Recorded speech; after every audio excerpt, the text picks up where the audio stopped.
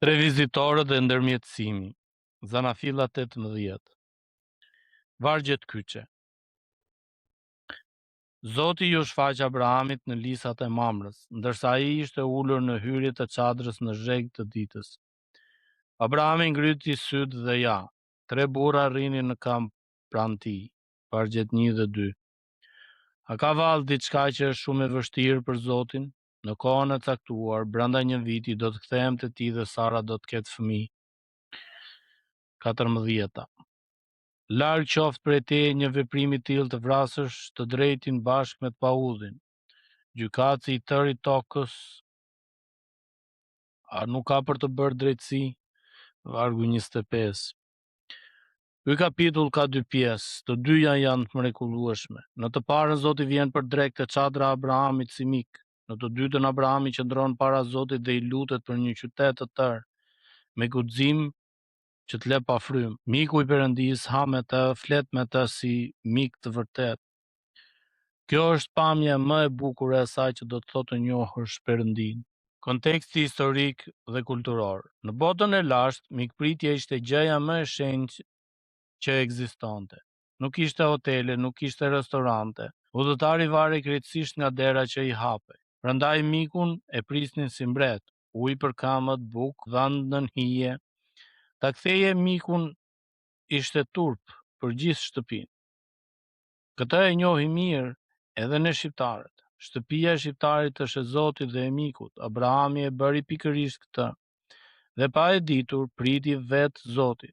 Letra e drejtuar e brenjve kujton këtë sken kur thot: mos harroni mikpritjen, sepse disa duke e treguar atë pritën angjëj pa e ditur. Hebrejnë 13:2. Kush ishin këta tre burra? Teksti na thot vet, pak nga pak, njeri prej tyre ishte vet Zoti. Vargu i parë thot hapur: Zoti ju shfaq Abrahamit. Dy të tjerët janë angjëj. Ata do të shkojnë në Sodom në kapitullin 19:1 i quan dy angjëjt. Pra Perëndia erdhi te dera e mikut të vet në trajt njeriu, hangri bukën e tij dhe ul me të nën hije. Kjo s'ka na përgatit për diçka edhe më të madh. Një ditë Perëndia do të vinte përsëri në trajt njeriu, jo për një drek, po për një jetë të tërë mes nesh. Kjo sken na përgatit për diçka edhe më të madhe. Një ditë Perëndia do të vi përsëri në trajt njeriu, jo për një drek, po për një jetë të tërë midis nesh. Le të ndalemi tek 8 vargjet e para. Plaku që vrapon. Vini re skenën, zheg dite, ora kur të gjithë pushojnë. Abrahami 99 vjeç, shetret pa njohur dhe çfarë bën? Vrapon t'i pres, vargu 2. Përkulet deri në tokë, u thot: pa ku je një cop bukë, dhe pastaj shtron gosti të vërtet. Bukë të ngrot nga mielli më i mirë, viç të njome të mirë, gjallë pequmësht. Premton pak dhe jep shumë. Kjo është bujaria e vërtet. E kundërta e asaj që bëjmë shpesh ne, premtojmë shumë e japim pak. Vini re, ndërsa miqt han, ai rri në këmbë pranë tyre si shërbëtor. Vargu 8. Njeriu më i madh i besimit shërben në këmbë. Kush të jetë i madh, le të shërbej. Këtë do të thot një ditë edhe Zoti që po hante atë drek. Marku 10:43. Vazhdoj me vargjet në 9 deri në 15. A ka gjë të vështirë për Zotin? Pas drekës biseda kthehet aty ku dham. Ku është Sara? Dhe premtimi merr për herë të parë afat.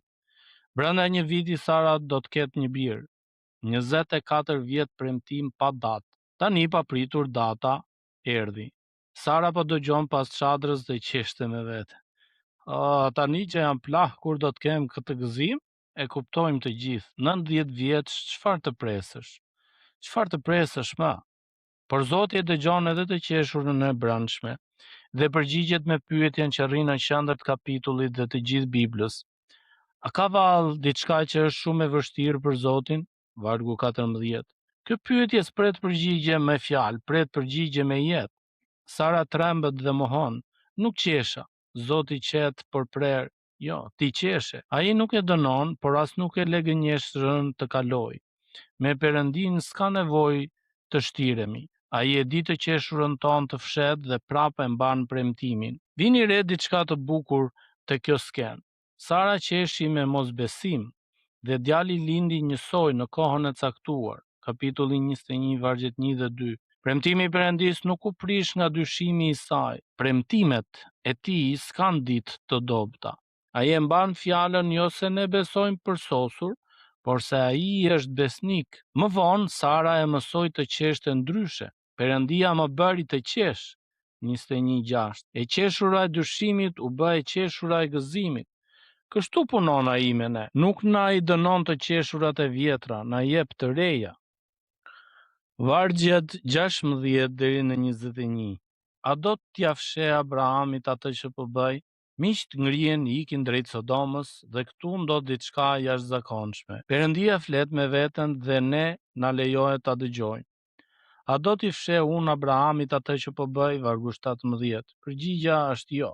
Sepse Abrahami është miku im, ai që do t'i mësoj fëmijët e vet të ndjekin rrugën e Zotit. Vargu 19. Perëndia i tregon planet e veta miqve të tij. Kështu do të thot edhe Jezusi.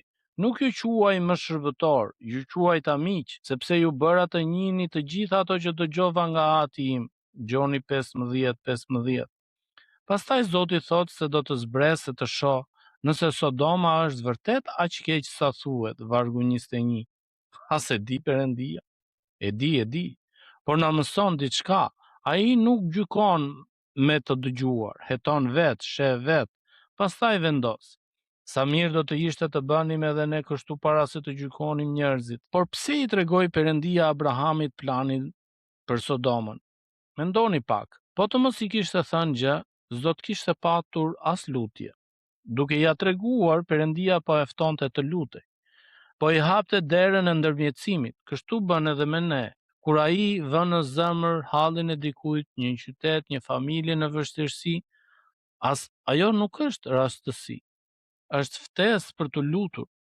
Barra që ndjen për dikë është shpesh zëri i Perëndisë që të thotë shndro para meje për këtë njeri. Vargjet 22 deri në 33. Pazari i shenjtë, nga 50 në 10. Tani skena e madhe. Kemi dy engjëj që ikin drejt Sodomës, por Abrahami mbetet ende para Zotit. Vargu 22. Dhe fillon lutja më e guximshme e dhjatës së vjetër. A do ta shkatërrosh të drejtin bashkë me të paullin?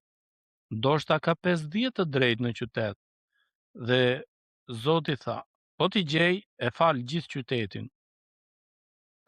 Dhe Abrahami vazhdon, po 45, po 40, po 30, po 20, po 10. 6 herë Abrahami e ul numrin si në pazar, por pazar për jetë njerëzish.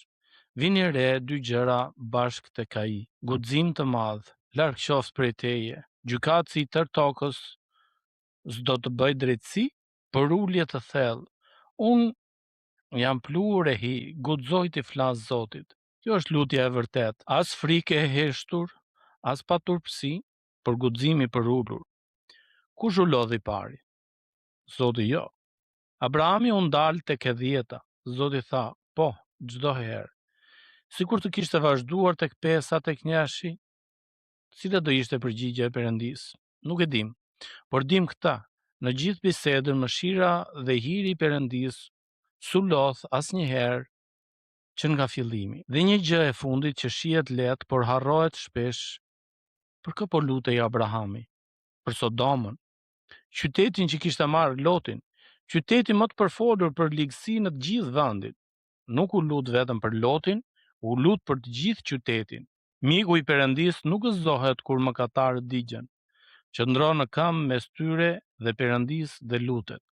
Kjo është zemra që Perëndia kërkon edhe sot. Njerëz që luten për qytetin e tyre dhe jo kundër qytetit të tyre. Fjalët kyçe të tekstit. Fjala e parë, e vështirë, e gjejmë tek vargu 14. Fjala origjinale, pala, do të thotë diçka e manitshme. Është përtej fuqisë njerëzore, është një mrekulli. Pra pyetja fjalë për fjalë është, a ka ndonjë mrekulli tepër të madhe për Zotin? E njëjta fjalë kthehet te Jeremia 32:17. Asgjë nuk është tepër e vështirë për ty, dhe te fjala e angjëllit për një lindje tjetër të pamundur. Asgjë s'është e pamundur për Perëndin. Luka 1:37. Gjykatësi i tërë tokës, vargu 25. Fjala origjinale për gjykatës është shofet, ai që vendos drejt. Abrahami e ndërton gjithë lutjen mbi këtë. Ti je i drejtë, prandaj të lutem me besim. Lutja e fortë nuk mbështetet te fjalët tona të bukura, por te karakteri i atij që dëgjon. E njohim gjykatësin, prandaj guxojmë. Pluhur e hi, vargu 27. Në origjinal, afar vahefer, dy fjalë që tingëllojnë njësoj, si pluhuri e puhi. Abrahami e di kush është dheu nga i cili u formua njeriu 27. Por, pikërisht ky pluhur po bisedon me krijuesin e gjithësisë. Për ulja nuk na e mbyll gojen para Perëndis, na e hap, ai që e di se është pluhur, flet i lirë, se s'ka ç'të humbas e ç'të mbroj. Mbeti para Zotit, vargu 22. Të qëndrosh para dikujt në gjuhën e Biblës do të thotë të shërbesh si ndërmjetës, të rrish në këmbë mes dy palëve. Abrahami qëndroi mes Zotit dhe Sodomës. Kjo është fjala e vjetër për atë që ne e quajmë ndërmjetësim, në lutje, të zesh vend mes Perëndis dhe atyre që kanë nevojë për mëshirë. Lidhja me Krishtin dhe dhjatën e re. Zoti që hëngri te çadra e Abrahamit erdhi një ditë me trup të vërtetë dhe vazhdoi të njëjtën gjë. Hynte nëpër shtëpi, hante me njerëzit, me Zakeu. Sot duhet të rri në shtëpinë tënde, Luka 19:5, me taksambledhësit e mëkatarët, Marku 2:15, me dy udhëtarët e Emausit, ku e njohën në thyrjen e bukës, Luka 24:35. Sot po troket njësoj. Ja, unë qëndroj te dera dhe trokas, nëse dikush dëgjon zërin tim dhe hap derën, unë do të hyj tek ai dhe do të ha darkë me të dhe ai me mua. Zbulesa 3:20. Miku që erdhi te lisat e Mamrës kërkon ende dyert që hapen. Tryeza më e madhe na pret përpara. Lum ata që janë të ftuar në darkën e dasmës së qengjit. Zbulesa 19:9. Po ndërmjetësimi. Tu Krishti shkon më shumë dhe më larg se Abrahami. Abrahami u lut për Sodomën dhe u ndal tek e 10-ta. 10 të drejt nuk u gjetën dhe qyteti ra. Krishti u lut për botën dhe nuk u gjet asnjë i drejt. Nuk ka asnjë të drejt as dhe një. Romakët 3:10. Çfarë bëri atëherë? Ai nuk u ndal përsëri. U bë veti drejti që mungonte dhe mbori mbi vete zjarrin që na takonte neve. Abrahami qëndroi para Zotit për një qytet. Krishti qëndron para Atit për ne, për gjithmonë. Ai jeton gjithnjë për të ndërmjetësuar për ta. Hebrejt 7:25. Ka dikë në qiell që lutet për ty me emër. Tani, në këtë çast, kjo është siguria jote më e madhe. Zoti është i mëshirshëm dhe i hirshëm. Aplikimi për ne sot. Në fshatrat tona thuhet dikur, dera që hapet për mikun hapet për bekimin. Historia e Abrahamit e vërteton. Hap derën për tret panjohur, priti Zotin. Nga ky kapitull marrim këto mësime. Së pari, hape derën dhe tryezën. Mikpritja s'është talent i disave, është urdhër për të gjithë, Romakëve 12:13. To dikë në shtëpi këtë muaj, një familje të re nga kisha, një fqinj të vetmuar, dikë që se fton njeri. Nuk duhet gosti, duhet dere hapur. Kush e di këtë, pret pa e ditur, Hebrejt 13:2. Së dyti, sillet pamundurën tënde para pyetjes së madhe. A ka gjë të vështirë për Zotin? Cila është gjëja në jetën tënde që e ke quajtur të mbaruar? Martesa, fëmia i larguar, shëndeti, shkruaj diku këtë pyetje dhe vëre përballë asaj gjëje. Zoti që i dha djalë një çifti 100 vjeç Abrahamit dhe 90 Sarës. Nuk një rastet pa shpresa. Së treti, mos u shtrirë para Perëndis. Sara qeshi fshetas dhe pastaj mohoi. Zoti e dinte. Ai e di edhe të qeshurën tënde të brendshme, dyshimin që s'ia thua njeriu. Mos e mbulo, thuaj atij i hapur. Ai nuk trembet nga dyshimet tona, trishtohet vetëm nga shtirja jon. Dhe kujto, Sara qeshi dhe djali i lindi njësoj, premtimi i tij është më i fortë se dyshimi yt. Të katërti, lutu për qytetin tënd, jo kundër tij. Abrahami u lut për Sodomën, po ne sa lutemi për qytetin ton, për lagjen, për atë që tallen me besimin. Është më lehtë të ankohesh për qytetin se sa të lutesh për të. Zgjidh një ditë, një javë, lutu me emra për drejtuesit, për shkollat, për familjet, për shpëtimin e njerëzve. Qyteti yt ka nevojë për një Abraham. Së pesti, lutu me guxim dhe për ulje bashk. Abrahami tha, larg qoftë prej teje dhe unë jam pluhur e hi në të njëjtën lutje. Mos u lut si i trembur që zguxon të kërkoj, as si i paturpshëm që urdhëron Perëndin. Lutu si fëmijë para një Ati të madh me zemër të hapur dhe kokë të përulur. Së gjashti, mos u ndal te e dhjeta. Abrahami u lodh para se të lodhi mëshira e Zotit. Mos e lësho lutjen shpejt për fëmijën, për të afërmin, për atë që duket i pandryshueshëm. Jezusi tha se duhet të lutemi vazhdimisht pa u lodhur, Luka 18:1. Mëshira e tij ka më shumë durim se lutjet tona. Provoje këtë deri në fund. Për mbledhje, reflektim.